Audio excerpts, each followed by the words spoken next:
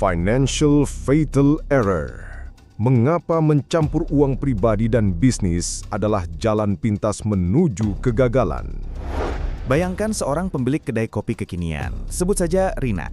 Setiap pagi, pembukuan dimulai dengan ritual yang sama, membuka satu aplikasi bank.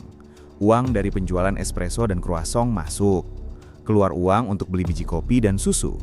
Tapi di sela-selanya juga keluar uang untuk bayar tagihan listrik rumah, beli baju online, dan naluri untuk mentransfer uang saat dompet pribadi menipis.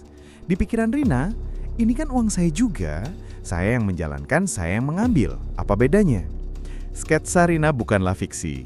Ia adalah gambaran nyata dari jutaan pebisnis, terutama UMKM, yang terjebak dalam jebakan paling klasik namun paling mematikan. Mencampur adukan keuangan pribadi dan bisnis. Praktek ini terlihat nyaman, sederhana, dan menghemat waktu. Namun di balik ilusi kenyamanan itu, tersembunyi bom waktu yang suatu hari akan meledak, menghancurkan tidak hanya bisnisnya, tetapi juga stabilitas keuangan pribadi dan kesehatan mentalnya. Mengapa pemisahan ini bukan sekedar tips akuntansi, melainkan fondasi etis dan strategis dari sebuah entitas bisnis yang ingin bertahan dan tumbuh? Mari kita kupas secara mendalam. Masalah akuntansi ketika semuanya berubah menjadi sub keuangan. Dampak paling langsung dan nyata. Pencampuran uang menciptakan kekacauan dalam pelacakan keuangan. Tidak ada gambaran yang akurat, bagaimana Anda bisa mengetahui apakah bisnis Anda benar-benar untung? Jika uang pribadi masuk untuk menutupi kekurangan operasional, seolah-olah bisnis masih sehat. Sebaliknya, jika uang bisnis ditarik untuk liburan, laba tampak lebih kecil. Anda kehilangan financial visibility. Anda terbang buta tanpa instrumen yang jelas. Kesulitan dalam pembukuan. Coba bayangkan pekerjaan akuntan atau diri sendiri di akhir tahun. Setiap transaksi harus dikategorikan. Ini untuk beli bahan baku atau beli makan malam. Proses yang seharusnya sederhana berubah menjadi maraton mencekam yang memakan waktu dan berbiaya tinggi. Kesulitan mengajukan kredit. Suatu saat bisnis Anda ingin berkembang dan butuh pinjaman bank. Yang akan ditanyakan pertama adalah laporan keuangan yang sehat dan teraudit. Bagaimana Anda bisa menunjukkan laporan yang kredibel jika semua transaksi tercampur? Bank akan melihatnya sebagai sinyal manajemen yang buruk dan berisiko tinggi. Masalah legal, melanggar corporate fail.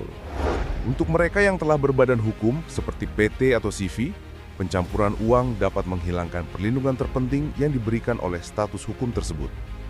Corporate fail atau tabir korporasi.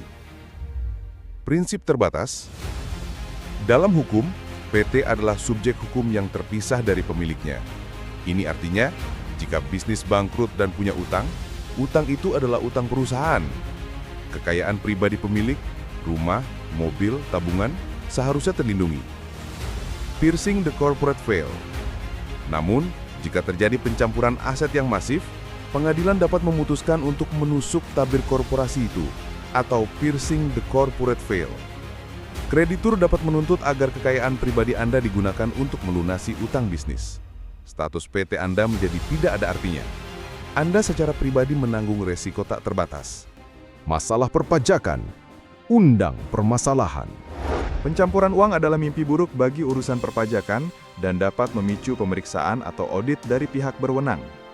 Kesulitan melacak biaya yang dapat dikurangkan atau deductible expenses. Banyak pengeluaran bisnis dapat mengurangi pajak penghasilan, namun Anda harus bisa membuktikannya. Jika tagihan pribadi dibayar dari rekening bisnis, itu bukan biaya usaha dan tidak boleh dikurangkan. Ini bisa dianggap sebagai penggelapan pajak.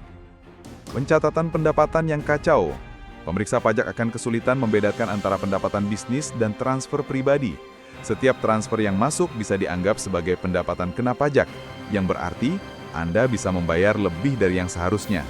Atau sebaliknya, Anda dianggap sengaja menyembunyikan pendapatan. Masalah psikologis, the blurred lines yang melelahkan. Dampak ini sering diabaikan, tetapi justru paling beracun bagi keseharian seorang pebisnis. Tidak ada kepuasan yang jelas. Saat uang tercampur, setiap keuntungan bisnis terasa seperti uang saku, bukan hasil dari kerja keras yang patut diinvestasikan kembali. Sebaliknya, setiap penarikan untuk kebutuhan pribadi terasa seperti mengurangi nyawa bisnis, menimbulkan rasa bersalah. Stres dan kecemasan yang konstan. Anda tidak pernah benar-benar tahu posisi keuangan Anda. Kekhawatiran, apakah bisnis ini cukup untuk menghidupi saya? Berubah menjadi, apakah uang di rekening ini cukup untuk bayar gaji karyawan besok dan bayar uang sekolah anak? Ketidakpastian ini adalah beban mental yang berat dan tidak perlu. Solusi: memisahkan untuk menguasai. Lalu, bagaimana memulai pemisahan yang sudah terlanjur campur? Langkahnya sederhana, tetapi butuh disiplin besi. 1. Buka rekening bank terpisah. Ini adalah langkah pertama yang non-negosiasi. Miliki satu rekening eksklusif untuk bisnis. Tidak ada pengecualian. Tentukan gaji untuk diri sendiri, owner's salary. Perlakukan diri Anda sebagai karyawan. Tentukan jumlah gaji bulanan yang realistis berdasarkan kinerja bisnis. Transferlah hanya jumlah itu dari rekening bisnis ke rekening pribadi pada tanggal yang tetap setiap bulannya. Ini menciptakan disiplin dan kejelasan. Buat anggaran, budgeting. Rencanakan pengeluaran bisnis dan pribadi Anda. Patuhi anggaran tersebut. Gunakan kartu kredit terpisah. Miliki kartu kredit khusus untuk pengeluaran bisnis. Ini memudahkan pelacakan dan categorizing expense. Gunakan aplikasi akuntansi sederhana. Teknologi telah membuat segalanya mudah. Manfaatkan aplikasi seperti Jurnal, Accurate Online, atau bahkan Excel yang rapi untuk mencatat setiap transaksi secara konsisten. Konsultasi dengan akuntan. Bahkan untuk UMKM, berkonsultasi dengan akuntan profesional setahun sekali sangat berharga. Mereka dapat membantu menyusun laporan, mengingatkan kewajiban pajak, dan memberikan nasihat strategis. Kesimpulan: pemisahan adalah bentuk penghargaan tertinggi. Mencampur uang pribadi dan bisnis bukanlah strategi, itu adalah kekacauan.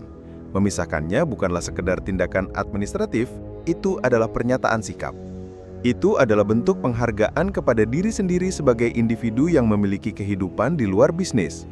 Itu adalah bentuk penghormatan kepada bisnis Anda sebagai entitas yang layak untuk tumbuh, diinvestasikan, dan dilindungi. Itu adalah janji pada masa depan bahwa Anda membangun sesuatu yang sustainable, bukan hanya mencari uang tambahan. Jadi berhentilah mengatakan, ini kan uang saya sendiri. Mulailah mengatakan, sebagai CEO dari bisnis saya bertanggung jawab untuk mengelolanya dengan profesional. Ambil kendali, pisahkan, dan saksikan bukan hanya keuangan Anda yang membaik, tetapi juga ketenangan pikiran Anda sebagai seorang pebisnis. Jika video ini membantu Anda melihat pentingnya pemisahan keuangan, berikan like, tinggalkan komen dengan pengalaman atau pertanyaan Anda, dan share ke teman pebisnis yang perlu mendengar ini. Jangan lupa subscribe dan nyalakan lonceng notifikasi untuk tips keuangan lainnya yang akan membuat bisnis Anda lebih kuat dan hidup Anda lebih tenang. Sampai jumpa di video berikutnya. Salam sukses penuh keberkahan.